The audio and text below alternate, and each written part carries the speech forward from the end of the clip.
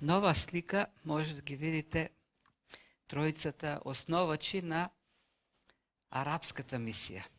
Двајца од нив, Цвимер и Кантин, останале таму да служат околу 40 години.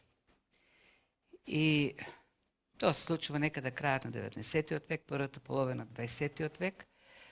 Својата мисионерска служба ја опишуваат во своите дневници. И она што можеме да прочитаме во тие дневници е еден макотрапен живот. Прво, во Бејрут учеле арапски, потоа патувале низ по реката Тигар, посетувајќи многу села, градови. Цело време биле со вошки, напаѓани од комарци. Кога стигнале во Багдад, констатирано дека се болни од маларија. Го поминале целиот арапски крајбрежен дел, повеќе биле болни отколку здрави.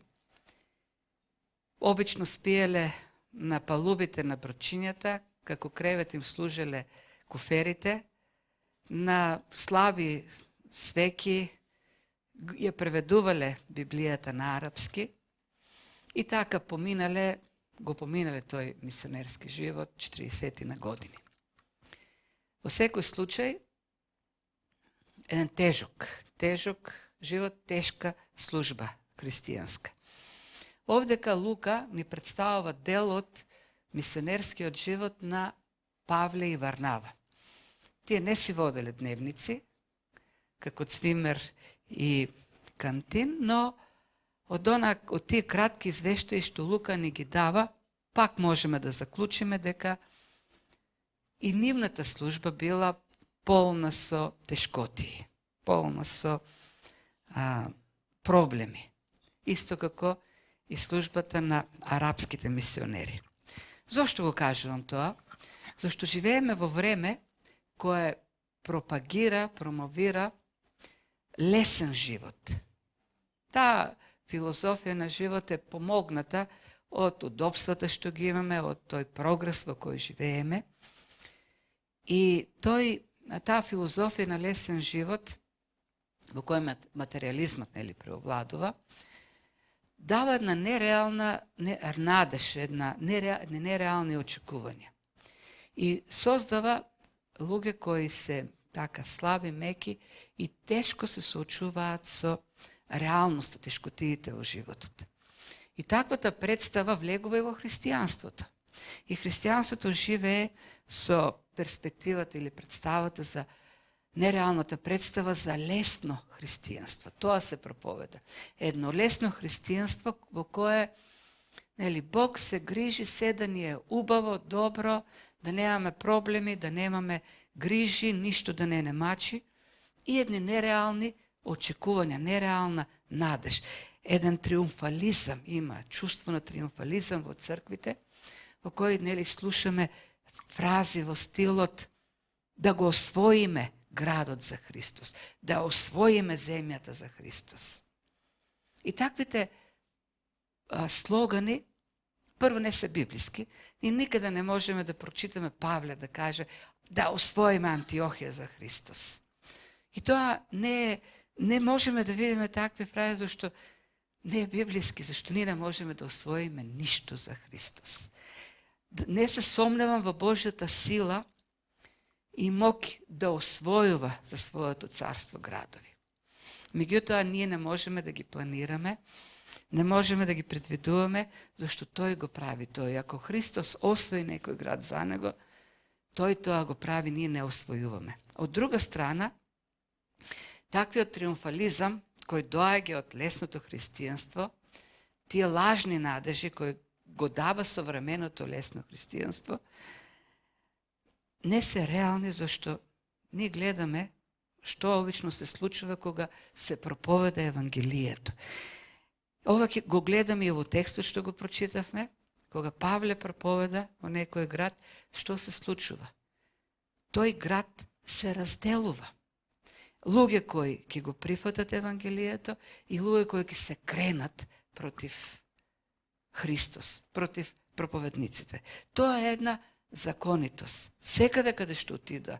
Тоа го видовме и досега и тоа ќе го видиме и другите градови. Евангелието ги дели луѓето. Едни кои и пишува, например, во Иконија и се подели вели градот. Едни кои застана на страната на Павле и Евангелието, други кои се спротивставија. И на крајот заврши со прогонство. Во сите тие градови во кои што Павле помина, во сите градови гледаме прогонство. Павле беше избркан од градовите.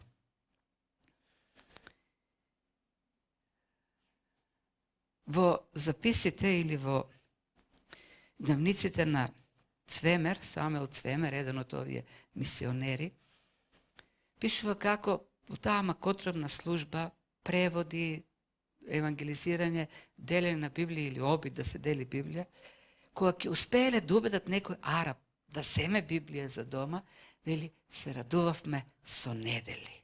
Тоа е резултатот од нивната служба. Која е реалната слика за христијанството?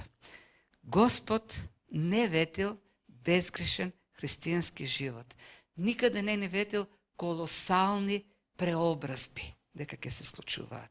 Она што го ветува Словото е крст пред оној венец што го очекуваме и овдека ќе им каже на крајот кога повторно ќе ги посети тие азиски градови, ќе ги охрабри. Како ќе ги охрабри на овите христијани? Ќе ги охрабри со реалната представа за христијанството. Преку многу маки треба да влеземе во Божјото царство. Преку многу маки. Се бара трпение и истрајност. Ако се беше, како што ние сакаме, ако се беше лесно, тогаш не треба трпение. Зошто е трпението кога се случува како што ние посакуваме, очекуваме. Трпението е во маките, во проблемите. Така, се враќаме на изучување на книгата Дела, стигнавме завршивме 13-та глава, на средина сме на првото мисионерско патување, кое се реализира во најголемиот дел во Мала Азија. Минатиот пат го видовме служењето во Антиохија, какво големо пробудување се случи во тој град, меѓутоа како и обично, градот пак се подели. Дојдоа јудеи, кои почнаа да зборат против Павле и Евангелието, што го проповеда, беа настроени против него водачите на градот, старешините, и тие беа избркани. И продолжува тоа патување во следниот град, тоа е службата во Иконија. Иконија, тоа се симнуваат на исток од Антиохија и според обичајот, тоа е правилото на Павле, прво проповеда во синагогата. Прво на јудеинот го открива Евангелието. И пишува дека поверувало големо мноштво и евреи и незнабожци. Павле го проповеда словото на благодатта, проповеда за спасението преку вера по благодат како подарот од Бог, а пак тоа негово Евангелие е потврдено со многу знаци и чуда, многу сила. Се покажува дека, и тоа ќе го видиме како едно правило во тоа служење на Павле, во тие мисии, зашто се потврдува дека апостолството на Павле е вистинско, дека тоа Евангелие на благодат е вистинското учење на Бог. Тие знаци, тие чуда имаат таа цел. И тоа треба да го имам во превод и понатома, кога ќе отидат во следниот град во Листра. Таму ќе се случи едно чудо кое многу не потсетува на служењето во Ерусалим. Она кое беше водено од Петар, оној главниот меѓу апостолите.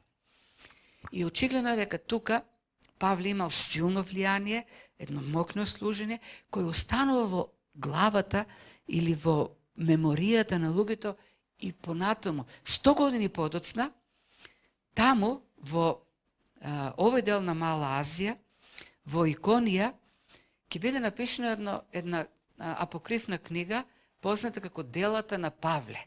Или како што има дела на апостолите, има апокривна книга дела на Павле, напишена од еден дворски служител, он не сафорист. Сега, во голем дел таа книга не одговара целосно на христијанското учење, меѓутоа дава некои интересни податоци за самата личност на Павле, го не знаеме колку се точни, но во таа книга Павле, и од тука се влече она традиција за изгледот на Павле, од книгата Делата на Павле, опишан е како низок човек, подгрбавен, келав, со остар нос и доближени веги. И ако ваквата веќе представа асоцира некој човек кој е непријатен, продолжува Форест и вели со многу пријатна, пријателска надворешност. Човек кој веднаш може да се спријатели. Добродушен, пријателски човек. И сигурно бил таков. Не знаеме колку се тоа одговор на вистина на неговата надворешност, но тоа на предание што останало во азиските градови. И сигурно бил таков човек, бидејќи е човек на вистината, човек на Божјата благодат. И во таа книга за него пише дека неговото лице, иако описува се таков како што нели го кажа, личело како на ангел. Е тоа што го пишува Ели Форест. Како и да е, и покрај се гледаме дека иако тој проповеда, иако има многу знаци, чуда од служењето, сепак пак народот или градот се раздели, пишу. Едни беа со јудејците, други беа со апостолите. И незнабожците почнуваат да прават заедно со јудејците, старешините, еден заговор, сакат да го убијат. Тие разбираат за тоа и повторно, нели, го напуштаат градот и се насочуваат кон Листра, следниот град. Листра. И тука пак го проповедаат Евангелието, ме восхитува таа упорност на Павле. До сега сите градови што ги посети, служењето завршуваше со прогонство. Тој е бркан од градовите. Може би тргнал во следниот град да оде во Листра со мислата, пак ќе се случи истото, ама ајде, ние ќе проповедаме. Не е така. Павле верно го проповеда Евангелието. Не читаме дека отишол во синагога, веројатно во тој град немало синагога, тоест бројот на евреите во тој град не бил доволен или немале равен, како и да е. И затоа проповедот, целиот контекст или сликата што ни се дава е на плоштадот на градот, во градот, тамо е собран народот, го проповеда Евангелието и забележува еден човек кој е немокен, уште од рагина, така е роден, како куц, не направил ниту чекор во животот и некако Павле разбира дека тој човек има вера во него. Дали позитивно реагирал на Евангелието, дали тоа му се гледало во очите, не знаеме, но во него гледа Павле вера дека ќе оздрави. Тоа не е потврда за она учење на некои христијани кои велат оној што верува ќе биде оздравен, нели, дека од верата на оној кој е лекуван зависи исцелението. Во никој случај. Но во конкретниот случај Павле гледа кај него. Нека позитивна реакција на Евангелието и му дава една заповед која е невообичаена. Човек кој не направил чекор во животот, но вели се стани и оди. И човекот скокнува и почнува да оди. И со тоа се потврдува силата на Евангелието кој може да изврши промена кај човекот. Ја докажува вистинитоста на пораката. И овдека не подсетува ова чудо на едно друго чудо што се случи во 3-та глава на книгата Дела, кога пред вратата на храмот Петар исто така даде заповед на таков човек кој беше роден како неподвижен, кој целиот живот 40 години живеел неподвижен, истата таа заповед и Петар ја кажа. И Лука не случајно го додава овој настан овдека, за да покаже како еден аргумент, како еден доказ дека апостолството на Павле, иако тој повик тој го добива многу подоцна од останатите апостоли, иако не е сведок на Христовото служење, иако не е еден од 12-те, сепак во него действува истата сила која действува и во Павле, оној најголемиот од апостолите. Истото чудо што се случи во Ерусалим после Педесетница, во служењето на Петар, се случува сега и во служењето на Павле, како доказ за неговото апостолство. И Павле ќе се повика на тоа подоцна во Коринт, кога ќе биде оспорено неговото апостолство. Тој ќе каже, преку многу чуда и знаци се потврди моето апостолство. Нашето апостолство се го потврди Бог. За тоа пишува Павле до Коринтијаните. И не случајно Лука го вклучува тоа во книгата Дела на апостолите овдека, за време на ова служење на Павле, во црквите во Галатија, во Мала Азија, бидејќи за прв пат овдека се поставува сомнеш на Павловото апостолство. Имено кога Павле ќе се врати од таа служба во Антиохија,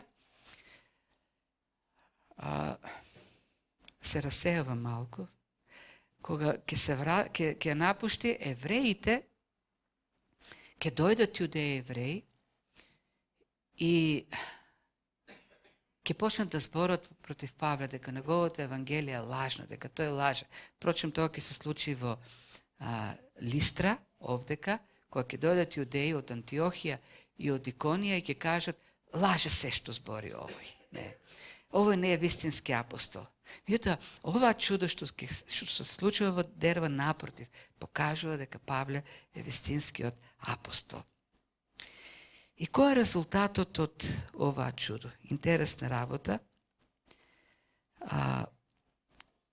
Луѓето ќе го видат тој исцеление, тие го познаваат тој човек во Листра, дека тој е неподвижен цел живот, така е роден, и наеднаш тој почнува да скока, да оди. И каква е реакцијата? Никаде. И ова е како еден исклучок. Во сите градови досега пишува дека многу ученици поверуваа. За Антиохија пишува дека во сабота цел град отиде во синагогата да го слуша Павле. Истото го видовме и во Иконија, мноштво луѓе поверуваа. Тоа ќе го видиме и во Дерва. Многу луѓе поверуваа. Овдека не можеме да видиме во текстот никаде да пишува дека луѓе поверуваа. Ке се случи еден настан така неверојатен овдека, меѓутоа не гледаме некое големо пробудување во градот.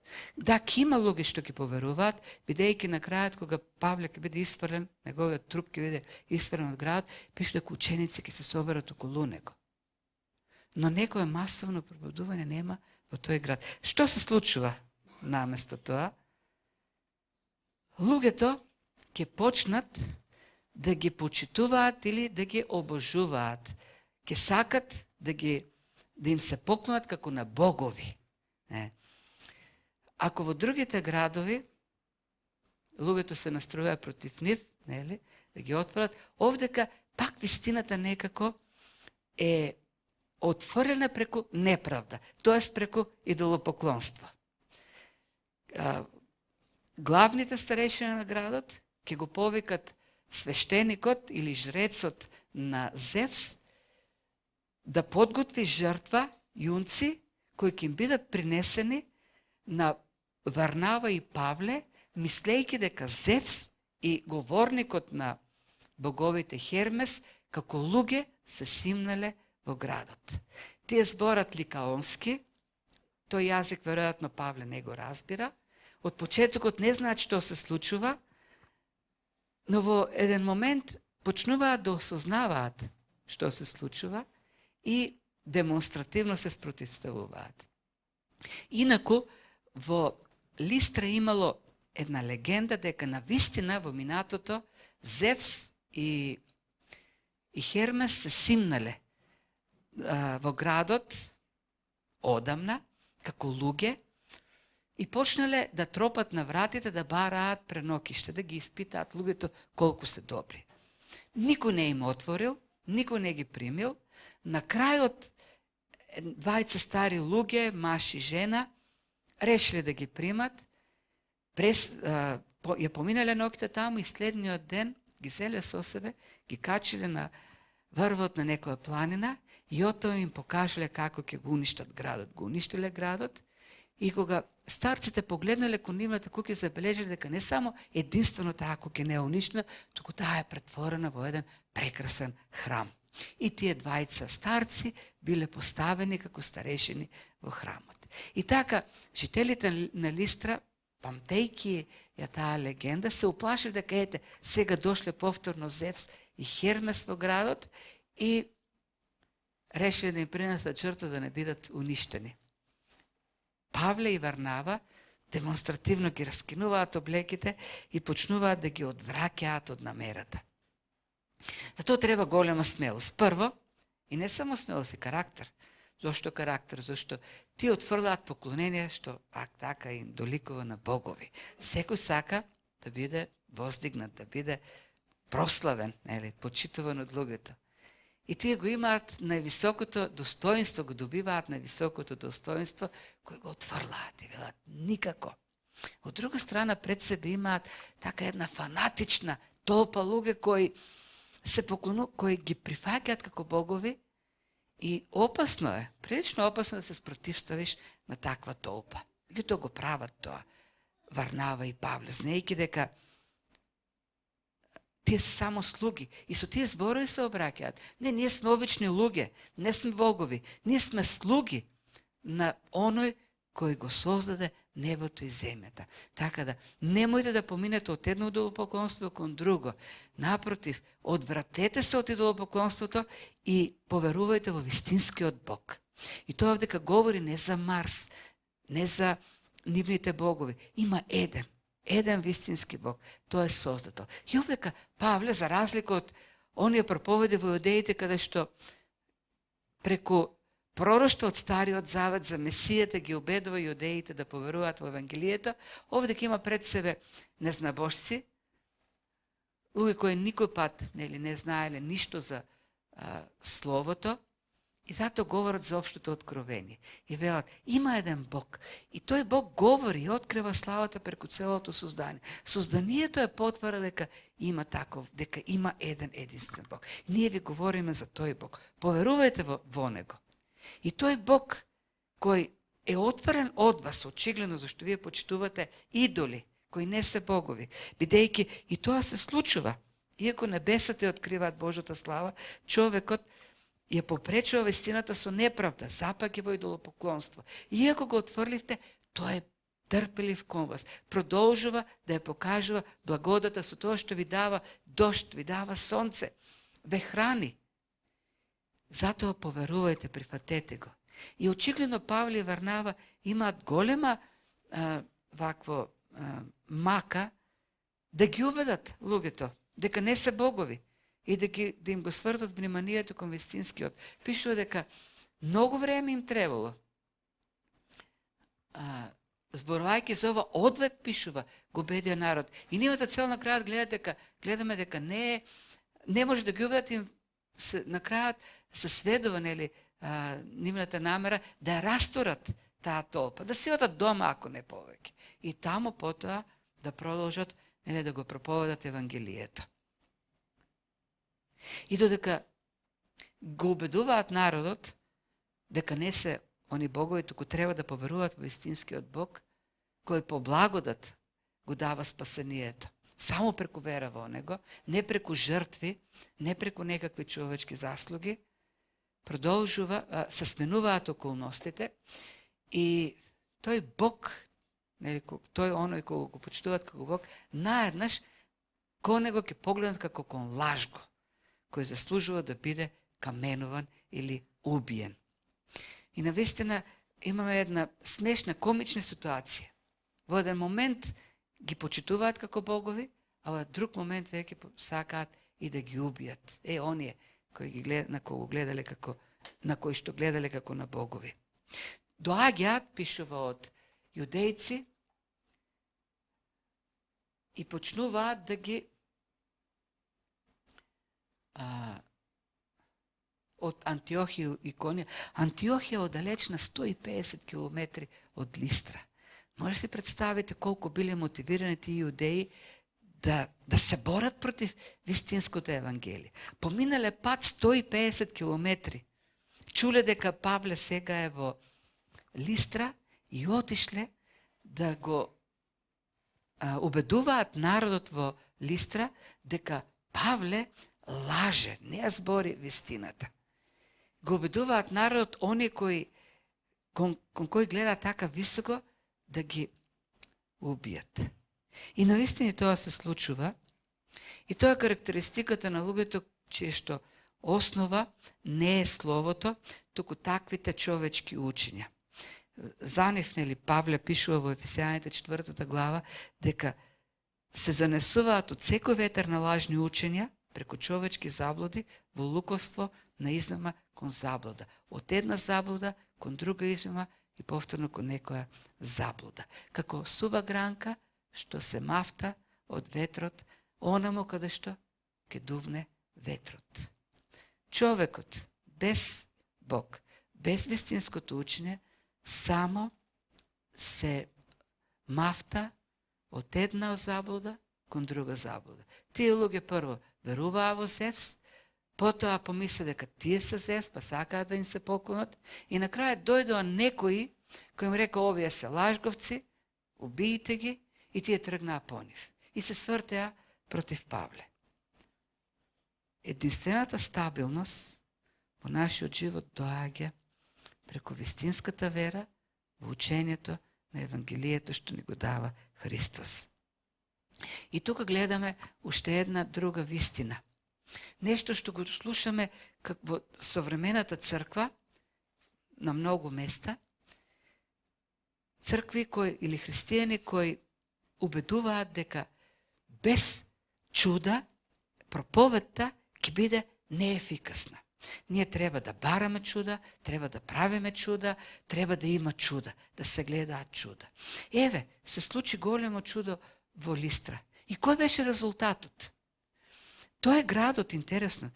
Видовме и во Антиохија, и во Иконија, потоа ќе видиме и во Дерва. Секаде имаше мноштво луѓе кои се спасуваа. Овдека не читаме такво нешто. Зашто чудата не го променуваат човекот. Чудата не доведуваат до покаяние. Да, чудата може да ја потврдат силата на Евангелието и вистинитоста, како што беше во случајот со Павле. Но чудото нема да го доведе човекот до вера. Колку чуда направи Христос? Јован вели дека делата што ги изврши Христос се толку многу што сите книги во светот не можат да ги опфатат. А колку луѓе поверуваа?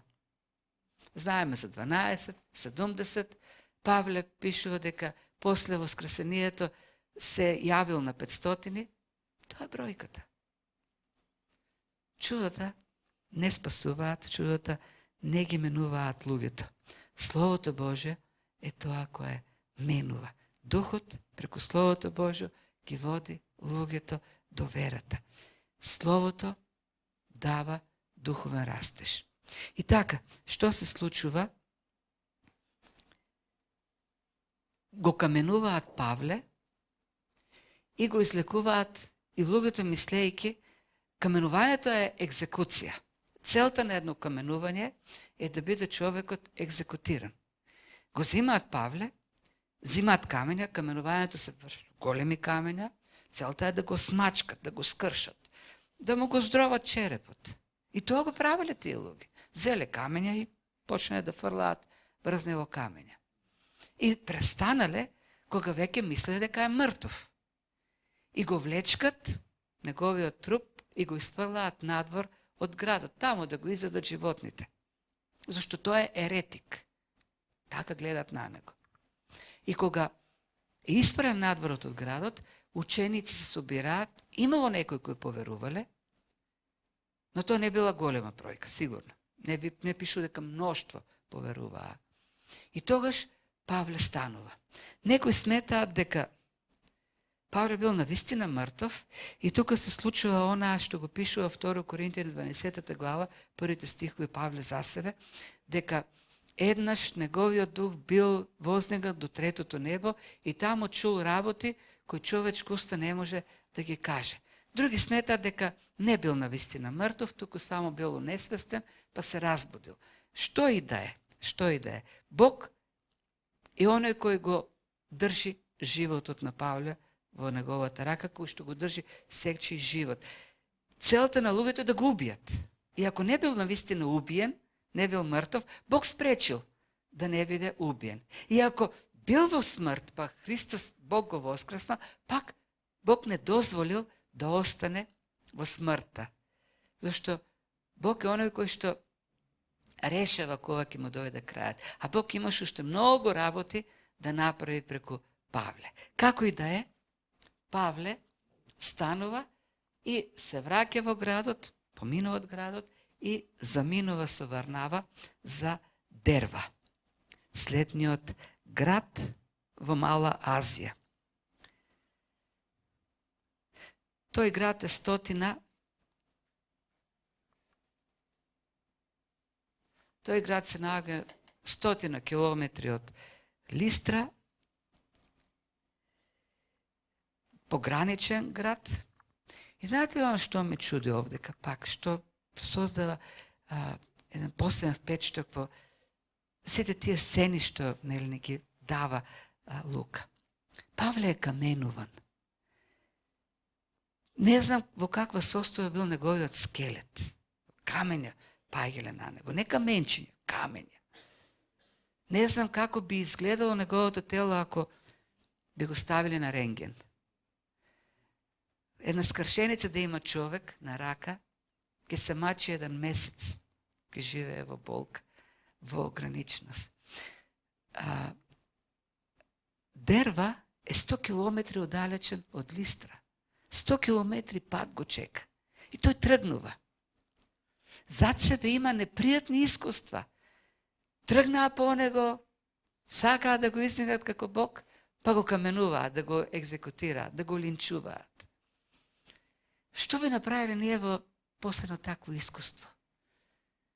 Би тргнале ли во некој следен град или би си кажале, нема фајде, види какви се, да си одиме дома. До кога ќе ги трпиме, до кога ќе страдаме? Павле тргнува уште 100 километри, оди, уште понаис. Тоа е веќе крајот на Римската империја. Дерва е граничниот град. Понатаму веќе нема цивилизација. Ни Рим веќе не е заинтересиран да оди по-на исток.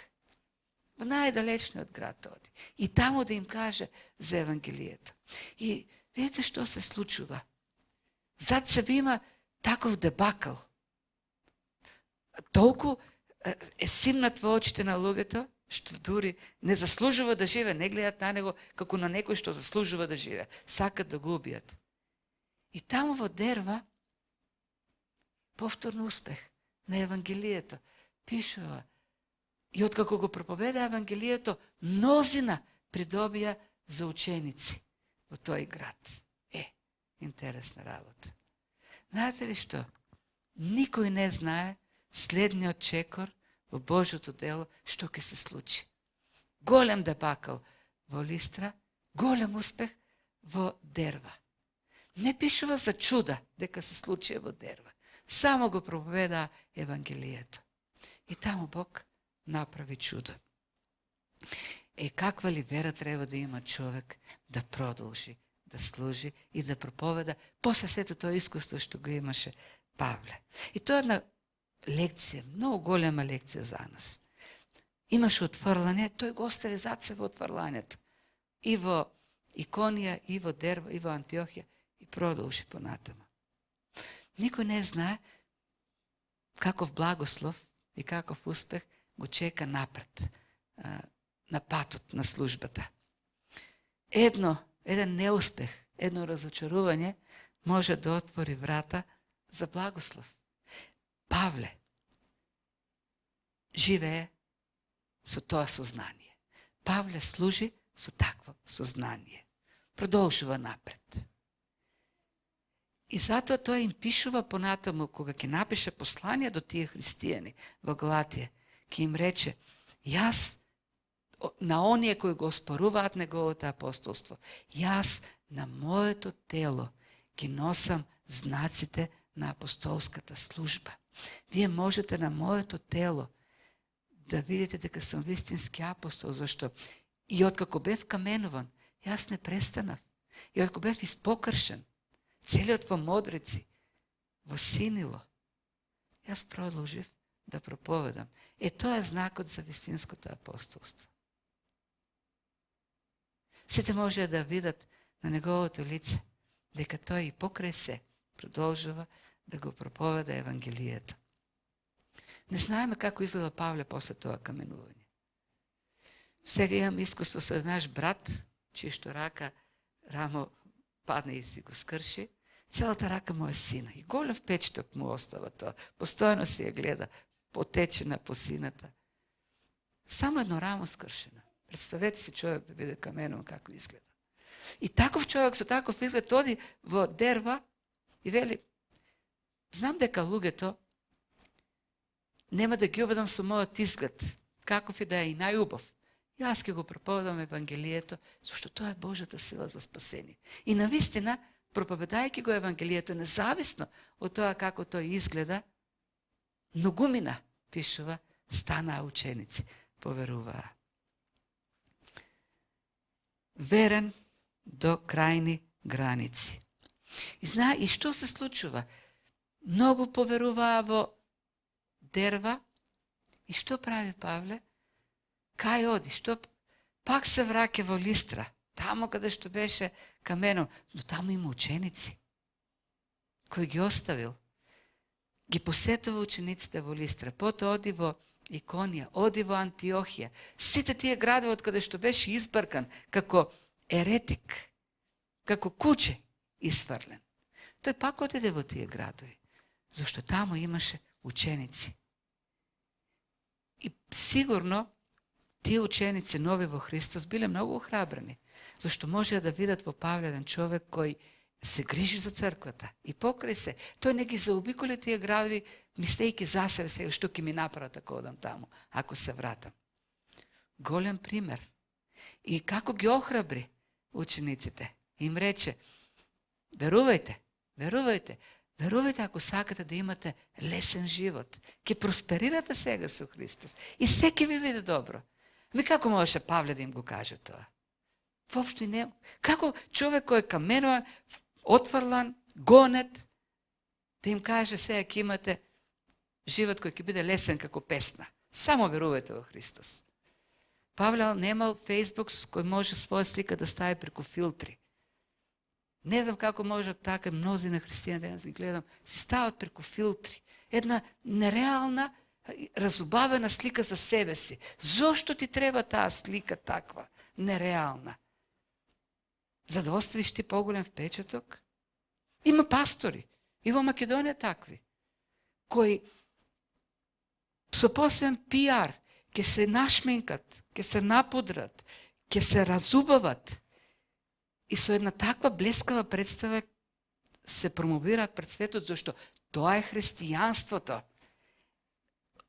Свети, ласкаво е, спектакуларно е, триумфално е, зашто во Христос имаме само убавина, имаме лесен живот, се сјае. Насмејани, блескави заби, им светат очите и пеат песни во кои што има само напредок, просперитет и таа нереална представа за животот. Едни филтри кои треба да дадат една лажна представа за христијанството. Павле им вели, ме гледате мене, тоа е христијанството. Преку многу маки ќе треба да влезете во Божјото царство.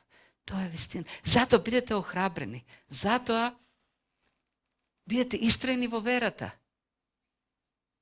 Бидете трпеливи. Така се влегува во Божјото царство. Минатиот пат, не минатиот, кога зборевме за 13 глава и оно пробудување во Антиохија, ги спомнав големите пробудувања во Англија, големата обнова преку служењето на Весли, на Витфилд, големите толпи што се обраќале кон Христос, меѓутоа од она што нели што сум го раскажал, може да се добие представа дека им било многу лесно, дека сите ги прифакиле, што воопшто не е така. Кај да оделе? Биле гонети од црквата, од свештенството англиканско, кој пак ги обидувале луѓето, толпите, да се спротивставуваат на нивната проповед. Има еден соработник на Витфилд во Велс, Вилијам Стюарт, кој оставил многу белешки за тоа, како поминувале евангелизациите. Во еден запис, тој вели, во еден град, каде што проповедале. Цело време додека проповедавме, бевме под дожд од камења, ореви, а кон нас беше фрлена и една мачка и умрено куче. Тоа се условите во кои проповедале тие луѓе. Весли, Џон Весли, и тој си пишува дневници. И тој цело време бил каменуван и во еден град, пишува една случка, проповедал и никој не фрлил камен кон него. Почнал да се чуди, како и да е, тргнал да си оди и додека се качувал на конјот, летнал камен и го удрил по глава. И рекол, Господи, добро е, на прав пат сум. Знаете ли зошто е така? Знаете ли зошто преку многу маки треба да влеземе во Божјото царство? Зошто тоа предизвикува нашата проповед на тоа Евангелие. Ако ние проповедаме Евангелие на човечки дела, во кои велиме, вие сте добри, правите многу за Бог и затоа Бог ве сака. И Бог постои за да ви биде добар животот, зашто вие сте супер и треба да мислите добро за себе, да имате високо мислене за себе. Тогаш преку многу лесен начин ние ќе влеземе во Божјо царство и дали ќе влеземе воопшто. Не. Евангелието на благодата, кој проповеда дека човекот е грешен, дека човекот не заслужува ништо и само по благодат влегува во Божјото царство. Евангелието во кој што се проповеда дека и нашите најдобри дела и најсилни обиди да го задоволиме Бог се само една нечиста крпа, тоа ја повредува соетата на човекот. И тоа ги дели луѓето, го дели семејството, го дели пријателството, ги дели градовите. Таквата проповед создава реакција, таквата проповед ги настројува луѓето. И се случува на крајот тоа што се случуваше за Павле. Затоа преку многу неволи ние мора да влеземе во Божјото царство. Зашто човекот не ја сака таа проповед. И затоа современиот христијанин е искушуван. И затоа современиот христијан го менува и проповеда друго евангелие, што е пријатно за ушите на луѓето. Евангелие кое проповеда лесно христијанство, кое не е евангелие. Ако живееме вистински христијански живот, со вистинската проповед на благодата, тогаш ќе дојдат со сигурност и испитувања.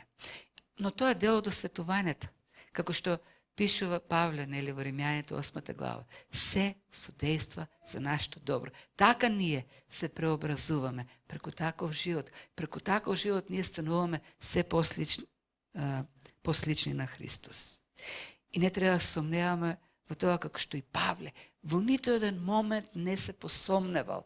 Ние не можеме да најдеме никаде, нити во делата, нити во неговите послања. И покрај се, дури ни малку знак на сомнеш, дали тоа е вистинскиот пат? Дали на вистина Бог е со него? Никаде. Напротив, во Римјаните 11 глава 33 стих, Павле ги кажува оние зборови кои го водат неговиот живот. О длабочино на богатство, мудрост и знаење Божјо. Божјата мудрост, Божјото знаење се една неизмерна длабочина. Колку се несватливи неговите судови и неистражливи неговите патишта. Зашто кој ја познал мислата на Господ или кој му бил советник? Или кој однапред му дал нешто за да му биде отплатено? Кој може да дојде и во неговата рака да му подигне да Бог и каже, еве мојата отплата. Со што можеме ние да се препорачаме пред Бог? Зашто се е од Него, според Него и за Него. Зато нему слава во вечни векови. И тоа е верата на Павле. Каменуван, отфрлан, гонет, но тој продолжува со верата во Бог. Зашто Божјата мудрост е неискажлива, неразбирлива, несватлива. На крајот на криштата Бог се прави да биде за нашето добро. И на крајот, кога ги посетува тие цркви таму, поставува не свештеници како што пишува овдека, нели? Откако пишува, нели? 20 стих, откако им ракоположија свештеници, зборот овдека пресвитери, тој старешини, за секој црква се помолија, со после ги предаде на Господ. Сега, ова се цркви од недели, месеци. Толку се тие христијани зрели во верата. И ова би требало малку така да коригира нашата представа за старешинство или водештво во црквата, која треба да биде така многу идеализирана, дури нели митологизирана. Требаше да има старешини во црквите. Павле постави старешини. Тој надворешен беше ги постави старешините. Не им рече, а се ви изберете си меѓу вас. Ги виде кои беа наизрелите и ги постави. Не беа многу зрели тие луѓе. Виде кои беа најзрели од нив и ги постави. Сигурно по таков избор. Не верувам дека било тоа по некој друг избор. И на крајот заминуваат од Азија, се враќа во Антиохија, од каде што почнува патувањето, тоа мисионерско патување. Тамо дадоа извештај, бидејќи тоа е црквата која ги испрати на патувањето.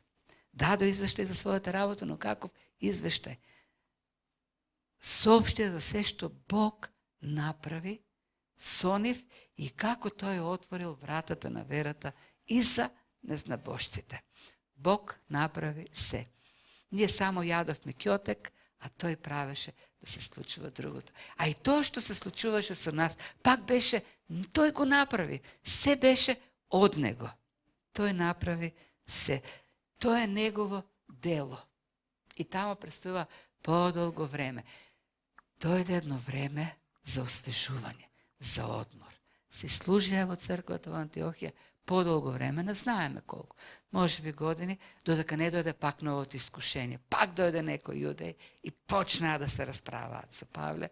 Ке продолжиме за тоа понатаму. Но тоа е христијанскиот живот. Време на освежување, на одмор. Фала му на Бог. Не дава и такво време. Не е само гонење, не е само непријатности. Но и тоа време не оди во недоглед. Доаѓа новото искушение, новото испитание, но и новата победа. За тоа ќе збориме следниот пат, оној собор во Ерусалим кој ќе се случи, првиот црковен собор, на кој ќе се соберат старешини од Антиохиската, од Ерусалимската црква, на кој ќе се донесат важни решенија кои ќе определат иднината на црквата за тоа следниот пат. Но, и завршиме со овие зборови. Нашето дело не е наше, е Божјо дело. Бог не ни ветил триумфализам, Бог не ни ветил лесно христијанство, но Бог ни ветил дека ќе биде со нас, тој ќе работи, тој ќе врши својата волја, тој ќе го гради своето царство. Од нас се бара нашата вера во таа неискажлива длабочина на Божјата мудрост, кого никого не може да го советува, кој никој ништо не може да му даде. Зато нека нему му е славата сега и во сите векови.